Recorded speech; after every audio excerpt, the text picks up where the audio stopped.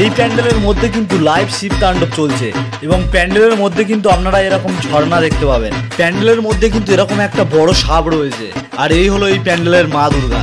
কিন্তু এন্ট্রি করছি ত্রিধারা সম্মিলনীতে। সাউথ কলকাতার একটা কিন্তু বিখ্যাত পুজো এই ত্রিধারা সম্মিলনী, এবং ত্রিধারা সম্মিলনী মানে কিন্তু আমরা একটা নতুন কিছু দেখতে চলেছি। এবং আজ কিন্তু চতুর্থী, আর শুধু কিন্তু ভিড়টা দেখুন, কত মানুষের আজকে ভিড় দেখুন। এবং এখন কিন্তু একদম ত্রিধারা সম্মিলনীর প্যান্ডেলের ঠিক সামনে চলে এসেছি, এবং এখানে কিন্তু প্যান্ডেলে এন্ট্রি করার ঠিক আগে কিন্তু বাবার চেলাদের দেখা যাচ্ছে, এবং তারা কিন্তু এখানে ডান্স করছে। কেন ডান্স করছে আপনারা কিন্তু একটু পরেই জানতে পারবেন। তো অ্যাকচুয়ালি সেখানে কিন্তু দেখানো হয়েছে শিব পার্বতীর বিবাহ। তো এখানটায় কিন্তু এখন শিব পার্বতী বিবাহ করছে, তো সেই জিনিসটা কিন্তু তুলে ধরা হয়েছে, এবং এই জিনিসটাকে কিন্তু আপনারা প্যান্ডেলে এন্ট্রি করার ঠিক আগেই দেখতে পেয়ে যাবেন।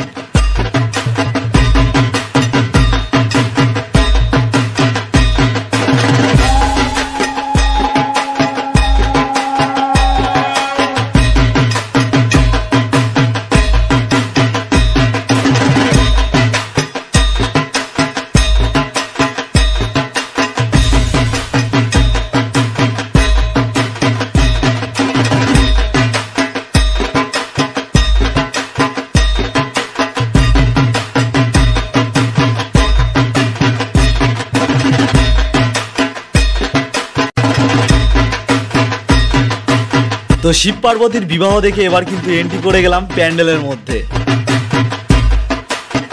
মন্দিরের মধ্যে প্রবেশ করলে আপনাদের মনে হবে কোনো এক পাহাড়ের মধ্যে একটা মন্দির রয়েছে, সেই মন্দিরে কিন্তু আপনারা প্রবেশ করছেন, এবং প্যান্ডেলের চারদিকটাকে কিন্তু এরকম পাহাড় মতন বানানো হয়েছে।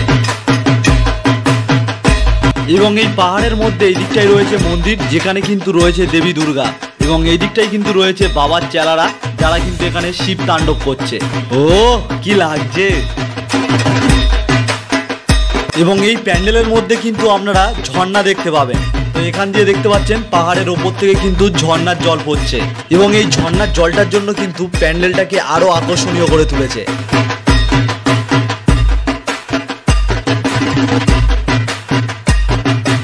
আর এটাই কিন্তু প্যান্ডেলের মূল গর্ভগৃহ, এখানে কিন্তু বিরাজ করছেন দেবী দুর্গা।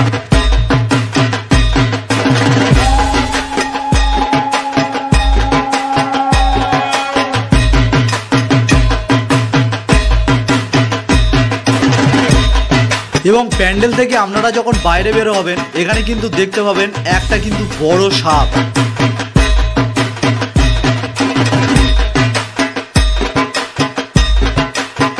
এবং ঠিক তার সাইডে রয়েছে গণপতি বাপ্পা।